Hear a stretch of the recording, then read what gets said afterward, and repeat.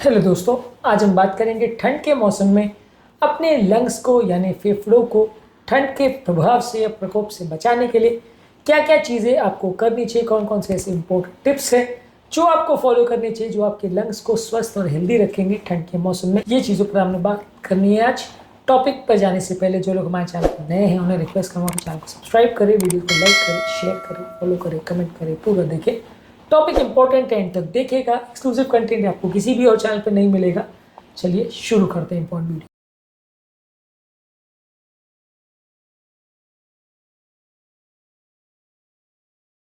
सबसे पहले ठंड से खुद का बचाव करिए। जब भी आप ठंड में अगर बाहर निकले तो मुंह पर स्कार्फ या मास्क कवर करिए जो कि आपके मुंह और नाक को क्लोज करे, जिससे आपके मुंह में ठंडी हवा ना जाए जो कि आपके लंग्स को थोड़ा अफेक्ट कर सकती है। कोशिश करिए कि जब भी आप सांस लें नाक से सांस लीजिए, क्योंकि नाकों में जो नेचुरल ह्यूमिडिफायर सिस्टम होता है वो आपकी सांस को गर्म भी रखता है, ह्यूमिडिफाइड भी रखता है, तो लंग्स तक ठंडी हवा नहीं पहुंच पाती जिसके नेगेटिव इफेक्ट हो सकते हैं। इसके अलावा ज़्यादातर कोशिश करिए कि बहुत ज़्यादा आउटडोर एक्टिविटीज़ मत करिए, खासकर बहुत ज़्यादा स्ट्रेनुअस या मेहनत वाली एक्टिविटीज़ बाहर मत करिए जो कि आपके लंग्स को इरिटेट कर सकते हैं, आपकी हेल्थ को बिगाड़ सकते हैं।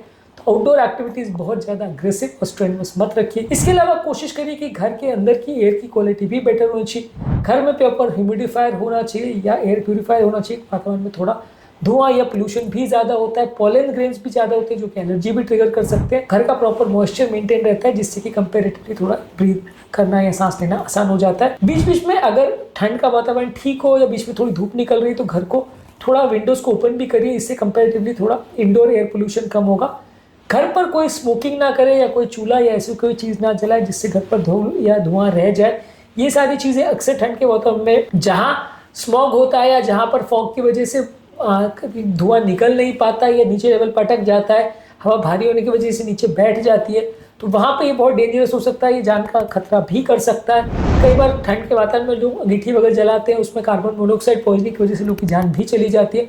तो इसको अवॉइड करिए। कोई भी चीज़ घर में जलाइए मत। फायर भी अगर आप जला रहे तो प्रॉपर एग्जॉस्ट होना चाहिए तभी जलाइए, नहीं तो नहीं। इसके अलावा घर में प्रॉपर एयर प्यूरीफायर जिस एयर कंट्रोल सिस्टम हो, ये सारी चीज़ें डस्ट, एलर्जन और पोल्यूटेंट्स को घर के वातावरण में कम करती है। इससे आपको थोड़ा फायदा मिलेगा और रेस्पिरेटरी इश्यूज घर पे थोड़े कम होंगे। इसके अलावा रेस्पिरेटरी इन्फेक्शंस ठंड के टाइम ज़्यादा होते हैं तो पहले से फ्लू और निमोनिया के लिए वैक्सीनेशंस करा के रखिए। ठंड के मौसम होने से पहले खुद के हाथों की और बॉडी की और चेहरे की हाइजीन का प्रॉपर ध्यान रखिए ताकि कंपेरेटिवली इन्फेक्शंस होने का चांस कम रहे। और यदि आपके आसपास कोई ऐसा व्यक्ति है जो बीमार है या जिसको इन्फेक्शन है तो उसके एक्सपोजर से खुद को बचाइए, नहीं तो इन्फेक्शन आपको फैलने का खतरा रहेगा। एक्टिव रहने की जरूरत है, बैठे बैठे का जीवन मत व्यतीत करिए, नहीं तो इन्फेक्शन या प्रॉब्लम होने का चांस ज़्यादा रहेगा। एक्सरसाइज करिए पर ओवर एक्सरसाइज मत करिए, घर पर ही एक्सरसाइज करने का प्रयास करिए। वॉकिंग, योगा, स्ट्रेंथ ट्रेनिंग या ट्रेडमिल एक्सरसाइज घर पर आप अगर अवेलेबल है तो कर सकते हैं। इसके अलावा कोशिश करिए कि ठंड पर जब आप भी एक्सरसाइज करने जाएं तो वार्मिंग अप और कूल डाउन एक्सरसाइज करिए। शरीर को धीरे धीरे करके वार्म करके फिर एक्सरसाइज करिए, नहीं तो आपके लंग्स में ठंडी हवा जो जाती है वो आपको नुकसान पहुंचा सकती है। तो पहले वार्मिंग अप करें फिर एक्सरसाइज चालू करें और अपनी एक्टिविटी को इस हिसाब से मैनेज करें कि बहुत ज़्यादा ओवर एक्सर्शन नहीं हो और आपके लंग्स पे और आपके ऑक्सीजन कंट्रोल सिस्टम पर बहुत ज़्यादा ओवर स्ट्रेनिंग नहीं हो, क्योंकि सांस की बीमारी वाले पेशेंट्स के लिए ठंड के टाइम में थोड़ा मुश्किल हो सकता है। इसके अलावा ठंड के टाइम थोड़ा एयर पोल्यूशन से बच के रहिए। वातावरण में मौजूद पोल्यूशन आपकी ओवरऑल हेल्थ को कॉम्प्रोमाइज़ कर सकता है, इसलिए आउटडोर एक्टिविटीज़ से खुद को बचाइए। वो ऐसे एरियाज़ में जहाँ पे पोल्यूशन बहुत ज़्यादा है वहाँ पे घर से बाहर निकलना अवॉइड करिए। घर की एयर क्वालिटी भी बेटर होनी चाहिए।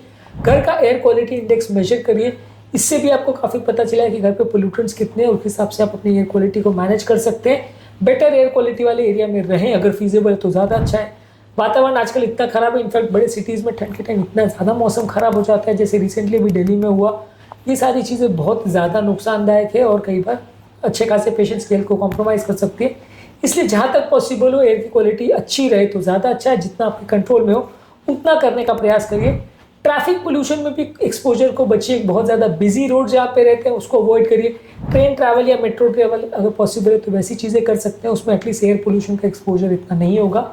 लकड़ियों को भी जलाने का कोशिश मत करिए या पेपर को या इस तरह की चीज़ों को भी गर्मी के लिए जलाने का प्रयास मत करिए। ये सारी धुआं भी कई बार अटक जाता है जो कि आपके वातावरण को बुरा कर सकता है, आपकी हेल्थ को बिगाड़ सकता है।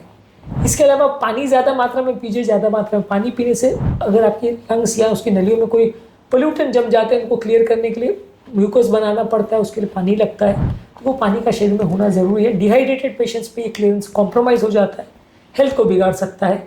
इसके अलावा बहुत ज़्यादा चाय, कॉफ़ी या बहुत ज़्यादा अल्कोहल मत लीजिए, ये बॉडी को डिहाइड्रेट करते हैं, जिससे आपका म्यूकस क्लियरेंस कॉम्प्रोमाइज़ होता है, इन्फेक्शन का रिस्क बढ़ जाता है, तो इसको अवॉइड करिए। इसके अलावा बहुत ज़्यादा डस्ट और बहुत ज़्यादा एलर्जेंस का एक्सपोजर अवॉइड करिए, खासकर अस्थमा पेशेंट्स के लिए, क्योंकि बहुत ज़्यादा अगर वातावरण में डस्ट या पोल्यूटेंट्स है तो वो आपकी हेल्थ को कॉम्प्रोमाइज़ कर सकते हैं। घर पर भी बहुत ज़्यादा सीलन या बेसमेंट वगैरह में जहाँ पे सीलन हो वहाँ पे मत जाइए, तो इससे आपका अस्थमा बिगड़ने का चांस रहता है, इसको भी अवॉइड करिए। इसके अलावा आपके बेडिंग्स, पिलो केसेस और कर्टन्स को रेगुलरली वॉश करिए, क्योंकि इसमें भी कई बार डस्ट और एलर्जन रहते हैं जो कि ठंड के मौसम में आपकी हेल्थ को बिगाड़ सकते हैं, तो इसको सीजन चेंज होने से पहले ही वॉश कर लें और इनको रेगुलरली क्लीन करते रहे, वैक्यूम क्लीन करते रहे, वो भी आप वहाँ पे ना हो या प्रॉपर वे में करें, प्रॉपर मास्क वास्क पहन के करें तो ज़्यादा अच्छा है। अगर किसी व्यक्ति को एक्चुअल में लंग्स का प्रॉब्लम है तो ऐसी जगहों को अवॉइड करें जहाँ पे प्रॉपर बहुत ज़्यादा धूल होती है, तो वैसी जगहों को अवॉइड करें। घर की क्लीनिंग के टाइम पर भी आप थोड़ा सा बाहर चले जाएँ तो ज़्यादा अच्छा है। यदि आपको ऑलरेडी लंग्स का प्रॉब्लम है तो कोई और क्लीन करे तो ज़्यादा अच्छा है, कि जो पेशेंट है जिसको लंग्स प्रॉब्लम है वो ऐसी चीज़ें ना करे तो ज़्यादा अच्छा है, या उसके एक्सपोजर में ना आए तो ज़्यादा अच्छा है। इसके अलावा अगर किसी व्यक्ति को पहले से अगर लंग्स प्रॉब्लम है तो उसकी दवाएं प्रॉपर रूप से लेते रहिए, आपके इनहेलर्स प्रॉपर रूप से लेते रहिए। ठंड के टाइम कई बार लोग को अस्थमा के अटैक्स बढ़ जाते हैं, तो इनहेलर्स प्रॉपरली यूज़ करते रहिए। यदि कोई लक्षण ऐसे हो रहे हैं या प्रॉब्लम जैसी बढ़ रही है तो अपने डॉक्टर को नोटिफाई करिए, उनको प्रॉपर कंसल्ट करिए और सही समय पर चीज़ों को प्रॉपरली मैनेज करिए। प्रॉपर बैलेंस डाइट और न्यूट्रिशन का होना जरूरी है, जिसमें फल, सब्जियां, होल ग्रेन्स और फैट फ्री प्रोटीन्स, ये सारी चीज़ों को लेते रहिए। ये आपकी इम्यूनिटी को भी बूस्ट करेगा, कीटाणुओं से लड़ने की क्षमता को बेटर करेगा और आपकी ओवरऑल हेल्थ को बेटर करेगा। विटामिन सी वाले फूड प्रोडक्ट्स जैसे शिमला मिर्च है, सिट्रस फ्रूट्स है, संतरा, मौसम्बी, इसको ज़्यादा लीजिए। विटामिन डी वाले फूड प्रोडक्ट्स जैसे फैटी फिशेज और फोर्टिफाइड फूड प्रोडक्ट्स जिसमें ऊपर से विटामिन डी डाला गया है, वो एक्स्ट्रा लेते रहिए, बॉडी की इम्यूनिटी को बेटर करेगा और अलग अलग तरह के एलर्जेंस और अलग अलग तरह के कीटाणुओं से लड़ने में मदद करेगा। अब बहुत ज़्यादा अगर ठंड पड़ रही है तो वैसे टाइम पर कोशिश करिए कि बाहर ना ही निकले। जब टेम्परेचर बहुत ज़्यादा है तो वैसे टाइम ब्रीदिंग प्रॉब्लम हो सकती है कार्डियक पेशेंट्स को, अस्थमा के पेशेंट्स को, वहाँ पे आपको ठंड का एक्सपोजर अवॉइड करना है, नहीं तो आपके अस्थमा की कंडीशन बिगड़ सकती है। आज के टॉपिक में हमने डिस्कस किया कि यदि किसी व्यक्ति को लंग्स का प्रॉब्लम है तो ठंड के टाइम उसको क्या क्या चीज़ों का परहेज करना चाहिए, क्या क्या चीज़ को ध्यान रखना चाहिए, ताकि उसकी अस्थमा की प्रॉब्लम या विंटर से रिलेटेड लंग्स प्रॉब्लम ना बढ़े। और अस्थमा पेशेंट्स को ठंड के टाइम क्या करना चाहिए उस पर हमने सेपरेट वीडियो किया है, उसको जरूर चेकआउट करें। टॉपिक एंड करने से पहले जो लोग हमारे चैनल पर नए हैं उन्हें रिक्वेस्ट करूँगा कि चैनल को सब्सक्राइब करें, वीडियो को लाइक करें, शेयर करें, फॉलो करें, कमेंट करें, पूरा